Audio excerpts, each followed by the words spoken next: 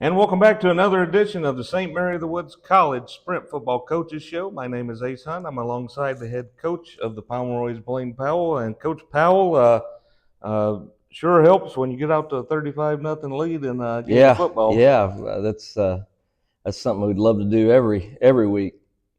Let's talk about that fast start, and especially play of a local kid. He saw a lot more action at tailback this week with Hazard not playing. Zaire White from Terre Haute hmm North. He had a great high school career, and he found the end zone 3 times.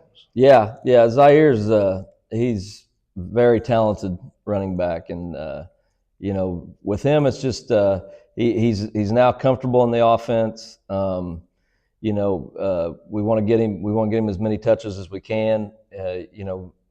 He knows that things he needs to work on, like pass protection and things like that, and that makes a big difference. But he did a great job because I didn't feel like we really blocked that well on Saturday, and he found the end zone and bounced around there, and he's a really good one, and we're glad he's on our side. I'll tell you that. Absolutely, and he led a. I mean, you're missing one of the top guys in the history of the sport of sprint football, and you still had 4 or 5 tailbacks all getting plenty of carries. You got plenty in the stable. Yeah, we do, and they are very talented. They all have kind of their own niche within our offense, and we got to find some creative ways to get them the ball, and all of them. I thought all of them blocked really well too. Down around the end zone, that was really important, and that's the key for them. Is they know the ways to get on the field is you got to be a good blocker in our offense, and they did that on Saturday. So very pleased with our running back group. The Raiders used to have the saying for number 13, third and Renfro for Yeah, Hunter Renfro, and you yeah, got third and Huff. yeah. He had another good game. He runs really good routes. He's got great hands, good speed. I mean, he checks all the boxes for a receiver, and we're really glad that we got him out there, and he's he's doing a really good job for us.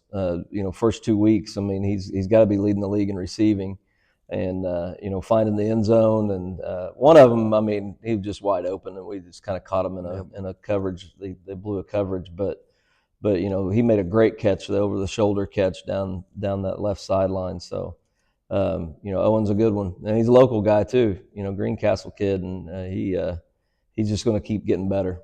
Uh, also Corbin Cleveland had a nice game. He's put together 2 nice games, but he was a leading receiver as well. Yeah, we were just talking about him in the office the other day. How talking about this is his 4th year, and just the development that he's made and the maturity. And I mean, anymore, I mean, you throw it up to him, he'll go up and get it. He has such strong hands. I've only seen him, I think, drop one pass all fall in practice. And of course, that was a wide open one, but any contested catch, it seems like he comes up with it. And he runs great routes, great speed, great size. Probably one of the better blockers on our whole team. I mean, he does a great job out there. Uh, let's look over on the defensive side of the ball. A couple of interceptions you picked up in the defensive backfield. I thought those guys, especially early, really played well. Yeah, they did. They did. We did a good job bottling up their running back Jackson, who's very talented, one of the best in the league. I mean, we held him to under 3 yards a carry, and that was really the goal is to make them throw it. And they threw a little bit of a surprise at us. They played a quarterback that wasn't even on their depth chart. Yeah. Had no idea about him. And he's a good one. He's a little more athletic than the other guys, and he did a good job against us, and found some stuff late, and kind of got him on a roll. But our defense really played well. It was just basically assignment football, and whoever we had in there, we used several kids at outside linebacker, inside linebacker, and D line, and everybody we put in there, did their part, and it was a good defensive game, I thought. Special teams was key as well, including our custom gutters player of the game, Holtman Dodes, who had 6 tackles, but he also averaged over 50 yards a punt. He had 3 punts, including a 65-yarder that not only went 65 yards, but the Quincy return man touched it, and you got the ball right there at the 2-yard line. That was a huge play. I mean, it just kind of kept us going. It was we had to punt for the first time in the game, and I mean, he boomed one over the guy's head, and then I don't know what the kid was doing, but he kind of looked like he was trying to block down there, and just kicked it. And Nolan was the first one down there, and I mean, Nolan's just an awesome special teams guy, and he's turned into a good linebacker too. He's a senior and plenty of experience. He's been our long snapper for 4 years, made a big play. But yeah, Holtman, I mean, he's big for us on defense, and he's got a heck of a leg on him. I mean, he booms those punts, every day in practice, and he's a good one.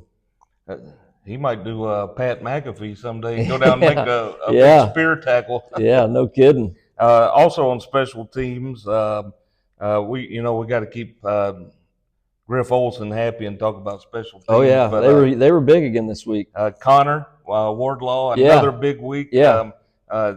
He's getting a lot of work on the extra point tries. Yeah, he is. He's perfect again, and he had some good kickoffs. He went through a little stretch there where he kind of shanked a couple out of bounds, but probably his leg getting tired, and he did a good job again this week. And like I said last week, we have a lot of faith in him, and he's automatic on extra points.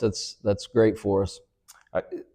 When we come back, we're going to talk about a couple of players off the field for your team. St. Mary of the Woods College Pomeroys are 2-0 on the young season, and you're watching the St. Mary of the Woods College Sprint Football Coaches Show, presented all season long by Quality Roofing of Indiana.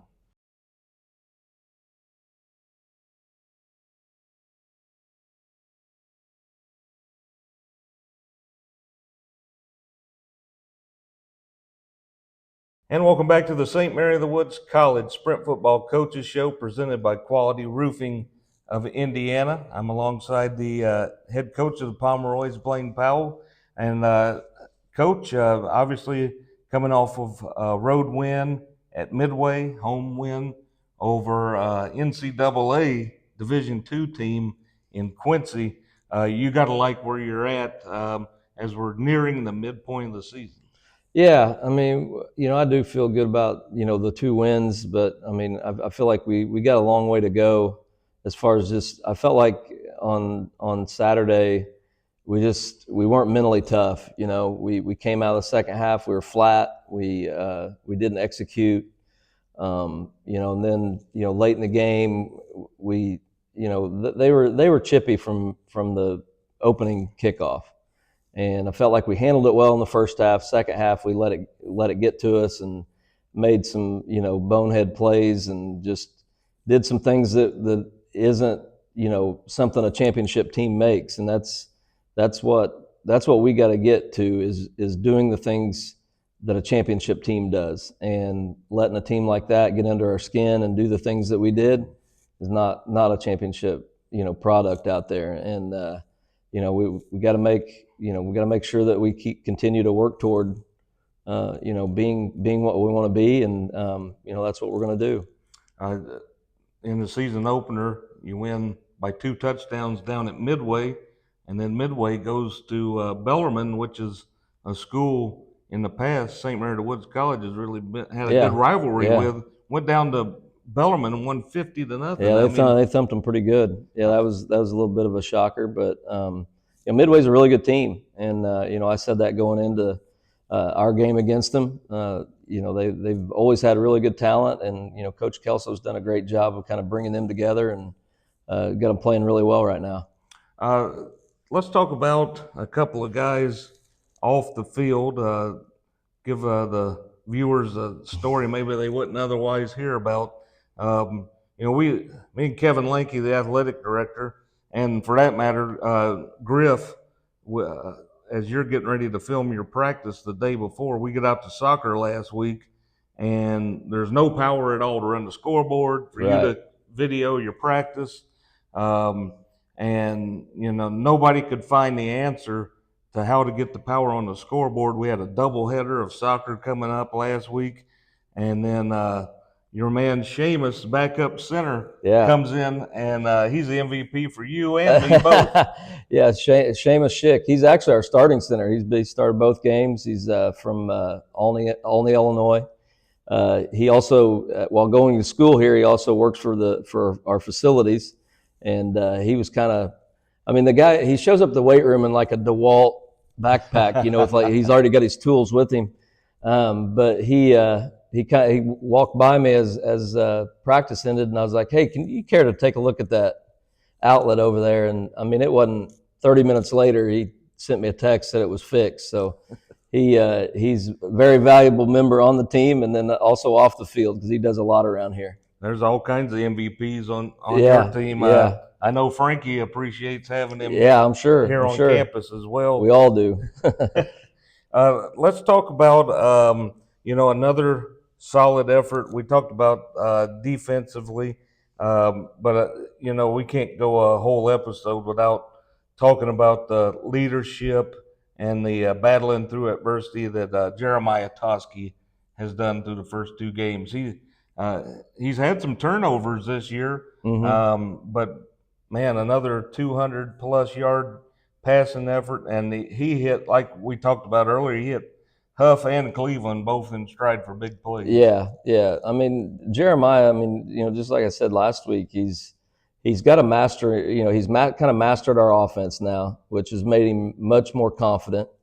And he was great first half, everything. I mean, he was clicking. But I think once we were up a little bit, I think we kind of fell in love with the long ball a little bit, and maybe took some shots where we probably should have stayed underneath. But we got a lot of trust in Jeremiah, and one thing we really want him to do more of is just use his legs. I mean, I think sometimes he gets stuck being a pocket passer when he can run, and we've got some built-in stuff for him to read and run, and we really want him to do that, and we want him to do that more. I think that actually helps him get in the flow of the game more when he's running more, than just dropping back and throwing all the time. So, but ultra talented, absolutely great leader. He's all business on the field, and we love, he's same way at practice, and we're definitely lucky to have him. He's a great kid. Last thing we'll talk about, and we touched on it last week, but man, what a home atmosphere! Oh, it's fun, wasn't it? It's so much fun.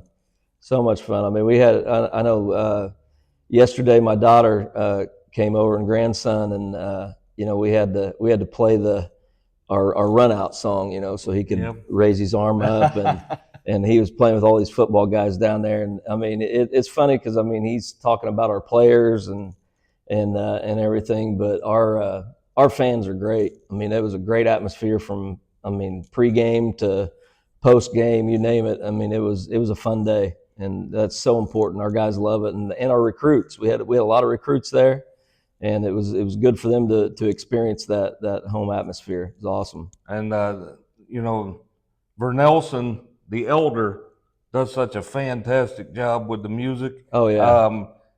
He probably did this last year, but this is the first time I recognized it. But right before kickoff, he played a Stephen Curtis Chapman song about saddle up your horses. Oh yeah. I thought that was just fantastic. Yeah, that's a good one. But those guys, they do a great job. Him and Corey up there. I mean, can't say enough about them. Oh, they take awesome. A lot of off my plate. That's for sure. They do great. And I give you a chance too since we got a little extra time. It looked like the dance team and the cheerleaders, they had pretty good numbers behind you there and put on a good show. Yeah, they do. I mean, they work just as hard as our guys do, and it's great to be able to get them out there and be able to, be in front of the fans like that. And it's, I mean, we're blessed with some great student athletes here, and you know, they're no different. Well, Coach, good luck this week. We're heading. Also, want to get it on everybody's calendar. You don't want to look ahead too far, but October the 4th, the homecoming game, Midway's coming right back to Terre Haute. Yeah, yeah, and you know, they're going to be on a roll, and we got to be ready. So, I mean, we'll just keep practicing and see where we're at when they get here. That sounds like a plan. Coach Powell, thank you for your Yep, time today. thank you. Appreciate it. You've been watching the St. Mary of the Woods College Sprint Football Coaches Show, presented all season long by Quality Roofing of Indiana. Go Pomeroys!